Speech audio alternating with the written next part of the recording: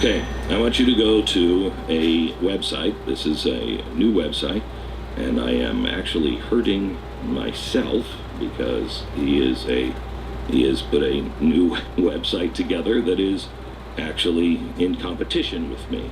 But I believe what I say. We're not in competition if we're all fighting in the same battle. So the web address is spinquark.com. spinquark.com. spinquark.com. When you get there, you look for the story, should be up the top. Welcome to social government. You see it, Stu? Okay, go to SpinQuark News. Okay, when you go to the front page, I guess it is, you'll have to go to SpinQuark News. You click go ahead, take it for a spin. And there it is. SpinQuark exclusive, welcome to social justice, or social government. See it?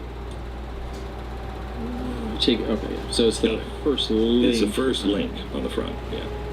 All right, now I want you to take this story and I want you to print it. So you have a hard copy of it.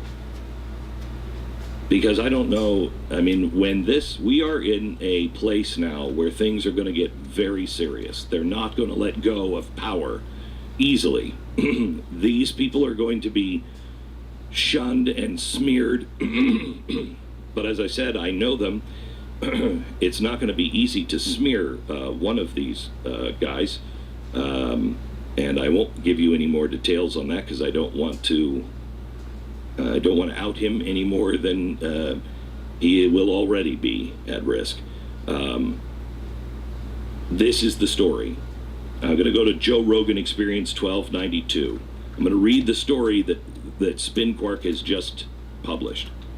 Joe Rogan said on that episode, quote, "I think Twitter definitely are biased against conservative people. It's really clear that someone in the company, whether it's up for manual review, whether it's at the discretion of the people that are employees, without a doubt you're dealing with people that are leaning left." Ben Shapiro's show, 793, he said, "The enemy of the people." Why is Facebook answering that question from the Daily Beast? If the Daily Beast goes to Facebook and says, "I want the identity of whomever published this Nancy Pelosi video," why is Facebook revealing that identity? The guy didn't commit a crime. The guy didn't involve himself in slander or libel. How in the world is it Facebook's job to answer questions from the Daily Beast about the source of this video? Well, that's a good question, and I'm about to give you the answer, and here it is. How is it that Facebook, who refuses to dox any of the violent Antifa terrorists that use its platform, they tried to get them to pull down an Antifa group that was inciting violence just this weekend. They didn't. But how is it they won't dox or let any information out or even take them down from their platform, are happy to give up personal details of a Facebook user who anonymously uploaded a slowed video of Nancy Pelosi? Within minutes, a journalist from the Daily Beast called Facebook and got the information, the personal information from this person. Well, does anybody even know how you even call Facebook? How do you call Facebook? Nobody knows. How do you call Twitter? Well, what if I told you that a policy director at Facebook was Nancy Pelosi's chief of staff before taking that job directing policy at Facebook? What if I told you that the head of algorithm policy at Facebook worked for Hillary at the State Department? Or that the head of content policy worked for the Hillary presidential campaign? What if I told you the person in charge of privacy policy at Facebook used to work for Al Franken? And before that, he worked for Senator Bonoff, before he worked for Congressman Oberstar. Or that the director in charge of countering hate and extremism at Facebook came directly from the Clinton Foundation. Did you know that the person at Facebook who currently oversees, I'm quoting, oversees programs on countering hate speech and promoting pluralism,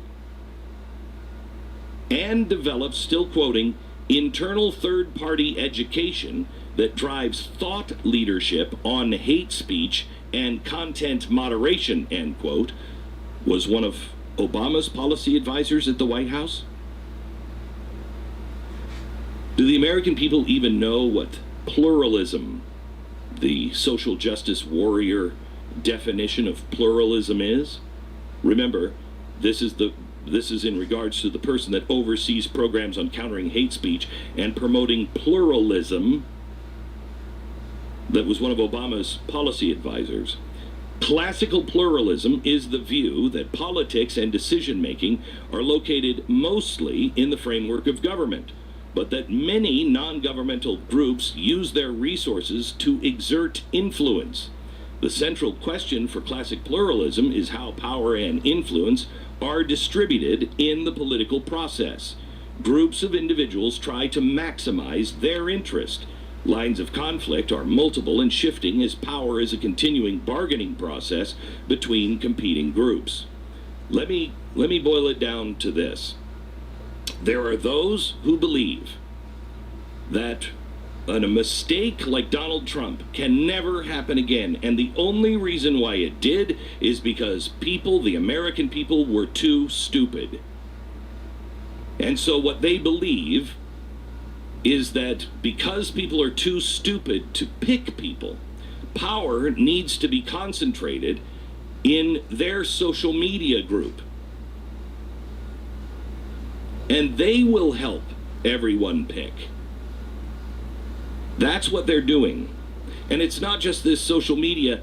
Pluralism, the way they define it now, involves getting people from the government involved. This is not a shadow government. This will become the government,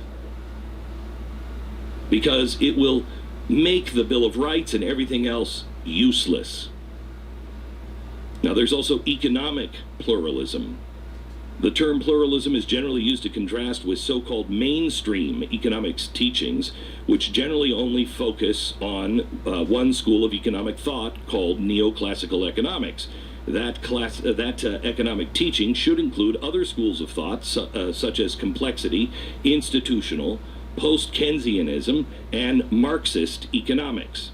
Now, why does Facebook have somebody whose job it is to show others how to use their platform as a type of privatized government and exert influence over the public? And what exactly does it mean to Facebook to, quote, exert influence, end quote, over the public? We've been witnessing this a little more day after day. How about YouTube? How does Laura Southern's documentary about the border get removed from YouTube within 24 hours of posting without any reason or explanation?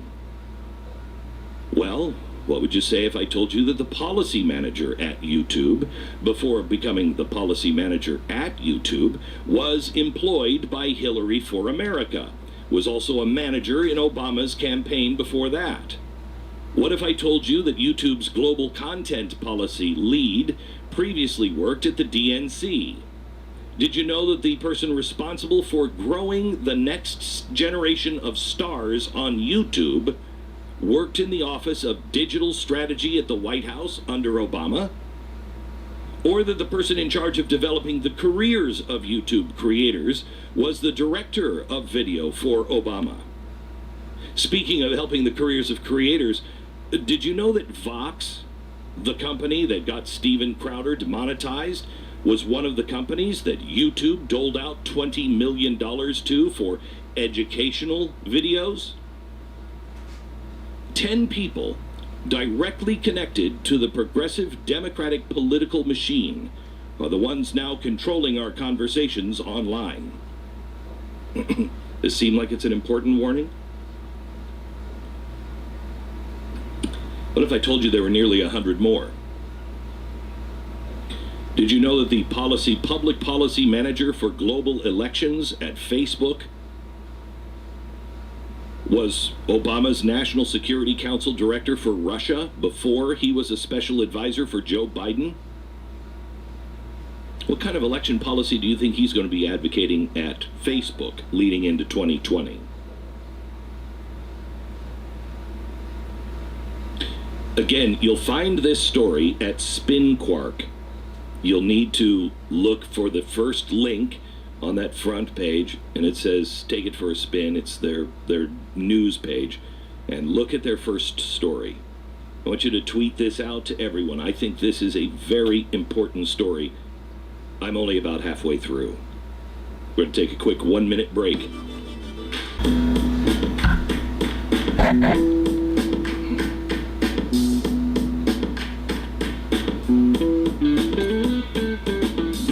There's a chalkboard that's going to be happening at 5 o'clock tonight. I don't want you to miss this on blazetv.com. Blazetv.com. Use my name, Glenn, Glenn, and you're going to save 10%. Watch it tonight. There is a Facebook, Twitter. All of this is going to be up on the chalkboard, so you'll be able to understand it. But it's a little overwhelming with the names and the number of people that are pulled directly from the government. Let's go on Twitter here for a second. The primary spokesperson and communications lead for the 2016 U.S. presidential election at Twitter was previously Kamala Harris's press secretary, a trust and safety manager who developed operations and policies related to privacy and free expression, previously worked at the Clinton Global Initiative and at the State Department under Hillary Clinton. A Twitter director of public policy, was originally a press secretary for John Edwards, Erskine Bowles, and Senator Salazar. By the way, all Democrats. Oh, and also Senator Barack Obama. Oh, and he was also the policy director of Obama's presidential campaign, and a policy advisor at the White House, and a special assistant to the president. Oh, then he spent 3 short months on the Clinton-Kaine presidential transition team before deciding to take a job directing the public policy at Twitter. But I'm sure he's fair. A Twitter public policy director who owned the 2016 election and both party conventions, had previously worked for Senator Wyden, Democrat, Senator Higgins, Democrat, Bill Foster's congressional campaign, Democrat, Dick Durbin, Democrat. Before that, NBC News political desk. Another Twitter public policy employee was Obama's director for Syria after working in the Hillary State Department. Twitter's public policy fellow is a Democrat who came to the company after losing his own run for the Washington House of Representatives.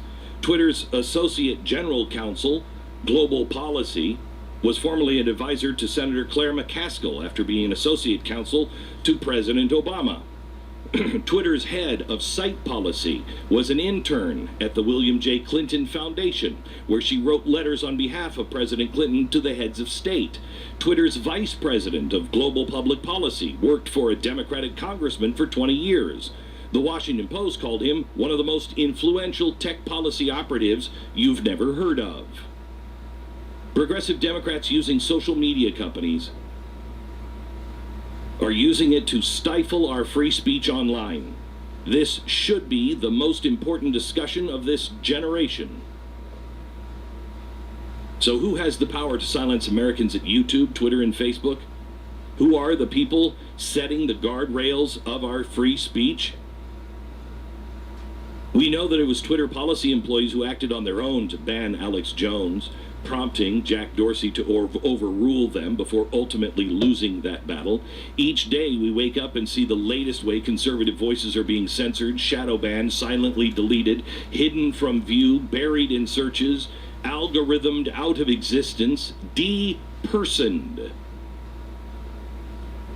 Whether it's the biased search results hiding the Donald on Google and Reddit, or their questionable subscriber numbers, whether it's banning Twitter accounts that simply track violence against Trump supporters, creating policy to allow death threats against conservatives, censoring the Declaration of Independence for hate speech, blocking a conservative Marine for literally saying the sky is blue, labeling Bible verses as porn, or just banning the top conservative voices for no reason at all. Big tech companies absolutely are controlling our speech. They are setting up a different government. These aren't just Democratic voters. These are employees from the DNC from the offices of Pelosi, Hillary, Obama, Feinstein, Gifford, Schumer, Reid, Planned Parenthood, and Rachel Maddow, who are migrating en masse to gatekeeping positions at social media companies. They didn't learn to code. They aren't designing the like button or working on Messenger.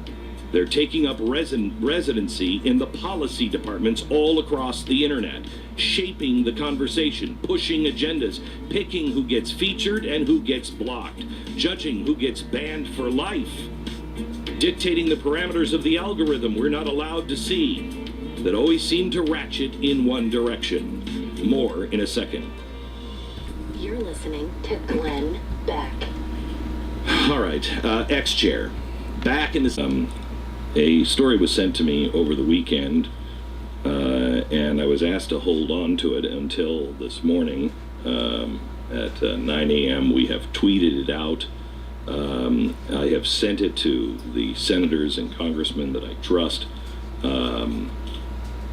The article does not list the names, but I don't think it will be long before the names are attached to all of it. But it's... For our purposes, I don't think the names are important, and this is what one of the authors said to me, was you provide the names, but then they're just going to say, you're endangering these people, blah, blah, blah. So they withheld the names, but the discussion was, well, if you don't include the names, does this have any credibility? Because who are the people? Believe me, the names are there. We have the names, and... we are also vetting. We'll have more on this by 5 o'clock today. This was co-written by a good friend of mine who I've known for a very long time, who you can tell by the name of the platform that he started was called Spin Quark. So you can tell they're geeks. I have no idea what a spin quark is. Stu, have you looked it up? Oh, as you obviously know, quarks are a subatomic particle. I know that. What's a spin property quark? Called spin, which has to do with angular momentum. Ah. But I mean, I guess Yahoo wasn't catchy at first either. At least Yahoo I had heard of. Spinquark.com. Spinquark.com. Look for the news section. The top of the news section is Welcome to Social Government. And it exposes the game that is being played. The most important part of this article, I believe, is the idea of pluralism. And that's what they're going for. And we've been saying this for a while, that in fact I've been saying, you see, number 4 is trust implosion. We have 4 things that I've been looking for this year and the next couple of years that will totally change everything. The first one is polarization and civil unrest. Going to get bigger, critical stages, 1930 European levels, left, right, Nazis, Antifa, communist, Islamist. That's going to get worse. The next thing is economic destabilization, critical stage, bank failures, stock market either melt up or a plunge, prices collapse, banking disorders. The third one is tech disruption, critical stage, jobs, finance, communications, privacy. The tech disruption, that will be something that will make us say, we don't trust tech at all. The last thing is the trust implosion, critical stage, government, media, tech, finance, justice, corporations, EDU. We won't trust any of those things. And those groups will begin to gather together to create a new world order. It's just beginning to for me to fully understand what people were talking about in Silicon Valley about 8 years ago with me. They were saying, Glenn, you don't understand. Nation states won't exist in the future. What do you mean nation states won't exist? They won't exist. They're just too slow and they're too cumbersome and they just won't exist. And I couldn't get my arms around what that really meant until the last year. And I think you're now seeing it.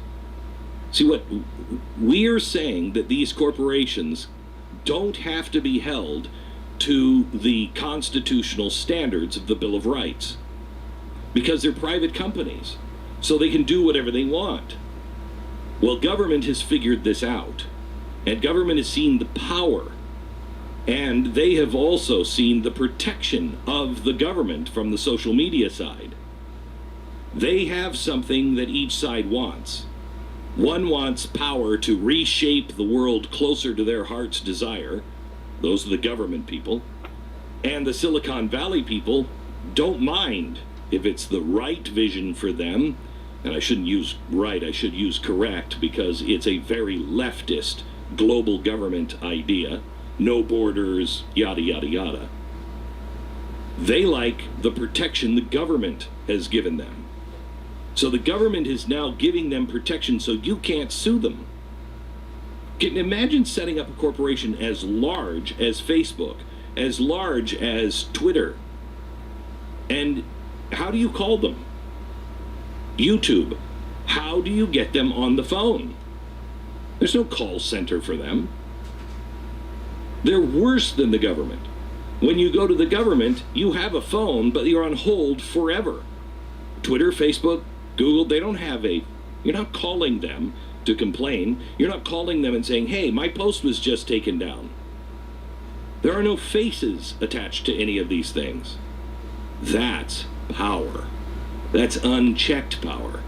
And what they've done is they've taken all of these bigwigs from the left, from Hillary, Bernie, Obama, Kamala Harris, Elizabeth Warren. They have all of these people now running their policy departments. Well, why do you think we're being excluded? Why do you think that, our voices are being squelched? And yet, Antifa, this weekend, we're threatening people, and they're not pulled down. Why? Because the people at the top are creating the policy, and we continue just to take it. And because we continue to take it, they're allowed to grow stronger and stronger and stronger. And our voices are being diminished. I'm amazed too, because I'm looking at a lot of people tweeting this story with the hashtag social media slavery. Yeah, please do that. We want this to trend. So please, even if you never really even use Twitter, please use Twitter today. I know we're using their platforms, but this is the way to get this information out. It's kind of the point of the story too. Yes, right? it is. In a weird way. But you realize when you look at the trends how little, people aren't there, right? Like, they're not in the middle of these stories. They're not actually thinking about these things. Even the big political stories, they might show up on the trending list. But, the big trending thing today is Prime Day on Amazon. And that's what people are actually in, right? There are some things about the president, of course, like everyone's tweeting about his tweet about Ilhan Omar from yesterday, Trump's tweet from Ilhan Omar. I'm always fascinated by Apple News trending stories, because I never really was on Apple News at all, and recently I've checked it. And it obviously it pushes stories to you that you will care about, which is what it's supposed to do. But the trending stories is just general. The number one trending story on Apple News right now. You ready for this? Now, I don't know. Did you dive into this story today? But I want to know. Bradley Cooper and Laura Dern enjoy lunch in New York City. Oh my gosh. I mean, that's a number one story. Lunch. Then Rami Malek? Yeah. Is that the guy from the USA show? Yeah, and he's also the guy who played, what's his name for Bohemian Queen? Rhapsody. Yeah, right, yeah. Bohemian Rhapsody. And Lucy Boynton. Now, I know you know who Lucy Boynton is. No. Okay. And then Katherine Schwarzenegger, which I just assume is related to Arnold, but I have no idea. I think it's his daughter. I would okay. Okay. And more. That's number one. Now, number two is Stephen King talking about Trump supporters. Number three is... The Fox News ones are always the craziest stories. 4 kids in Australia pack SUV with fishing rods and drive 600 miles before being stopped by police. Okay. And then number 4 is this suspect after... well, that one actually just changed. It says the suspect arrested after police found Kentucky mom Savannah Spurlock's remains is due in court today. The other it was just a BuzzFeed story a second ago about 19 photos that look like, oh my God, or something like that. It was that type of so headline. crazy. And it's like the people are not in tune to these things, and it's why this story in particular is so important, because if you're able to so easily manipulate a large portion of the United States that isn't paying close attention, if they are, if the left is able to get control of all of these areas with no pushback and no understanding from the United States generally, we've seen the research. There's research that shows that just by reordering the results on a site like Google, you can change a 50-50 proposition that's normally a split decision politically to a 90-10 decision, because you just by reordering the search results, they're all still there, they're just in different orders. What can you do with social media and the type of power you just went over with the story that is up with that hashtag social media slavery? Oh yeah. You could easily push people from one side to the other. If this story doesn't trend, if this story, then it doesn't enter the zeitgeist. It doesn't. It has no place, and that's the problem. These stories, they're not being given any room. If you just manipulate the algorithm just a little bit, you can take it off the first 5 trending stories, and then you got nothing. You got nothing. You have to make things trend, and we're up against the wall on this because we're conservatives. And so a conservative story is going to have a heavy algorithm pushed down. And one exposing social media, but how do you get this story out? Most people do not get their news from television. They do not get their news from radio, although radio I think is still bigger than television now. You just don't get it. And the big thing is something like Twitter has such an outsized influence as compared to how many people use it. There's a story out today that 19% of American adults follow Donald Trump on Twitter. Now think about now remember, if you're on Twitter, it's a very small percentage. It's only about 20% of Americans are even on Twitter at all. And the percentage of people who actually use it regularly is even lower. And of those people, only 19% actually are following Donald Trump. And think about literally every time this man says anything while he's sitting on the toilet and he's tweeting, it becomes a news cycle for days, weeks, even longer sometimes, and it's all constantly referred to. So it's not just Twitter, right? It's Twitter that gets there's a constant feedback loop into every other form of media.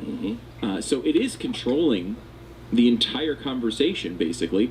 And a lot of that's because it's just easy, right? Like there's no thought that needs to be put into, today, basically every story from every media source is saying that Donald Trump's, Ilhan Omar tweet was racist, right? So that is the easiest story in the world. You don't have to get comment from everybody. Everyone's tweeting about it. So your comments, instead of being a reporter and calling these people and having to get comment, you just copy and paste their tweet into your story. And because it's so easy and so sort of mindless, and you can check exactly what stories are getting a certain amount of reaction, you can just formulate the news. And that is, of course, I will say, a big thing that Donald Trump likes about Twitter, right? He gets to control exactly what they're talking about, and it winds up being a large advantage to him. But it's also just, separate from the president, a way to constantly control the debate. And it pushes us into a position where, the American people are voting on things that are being really sort of curated for them. Oh, yeah. And you don't know the curator. You do after reading this story. You do know the curator now. And it's not one that you would want curating your news. No. This is the worst it's ever been. And I'm telling you, the 2020 election is in jeopardy if these organizations, Google, Facebook, Twitter, if these organizations are left as a platform and they have the protection of the United States government, if they get that platform and they keep that protection through the 2020 election, you should worry about the president being able to win, because this algorithm, the way they're running it, actually has been proven to work in the favor of who's ever controlling the algorithm. And they were controlling it in 2016, but it was a very early attempt. 2018 was worse, and 2020, they'll have it down. Please share this story. You can find it at glennbeck.com. You can find it on The Blaze. If you follow me on Twitter, I just tweeted it out as well. But please join us also tonight at blazetv.com/Glenn. And if you use the promo code Glenn, you'll save 10%. Don't miss tonight's episode. We'll lay it all out for you.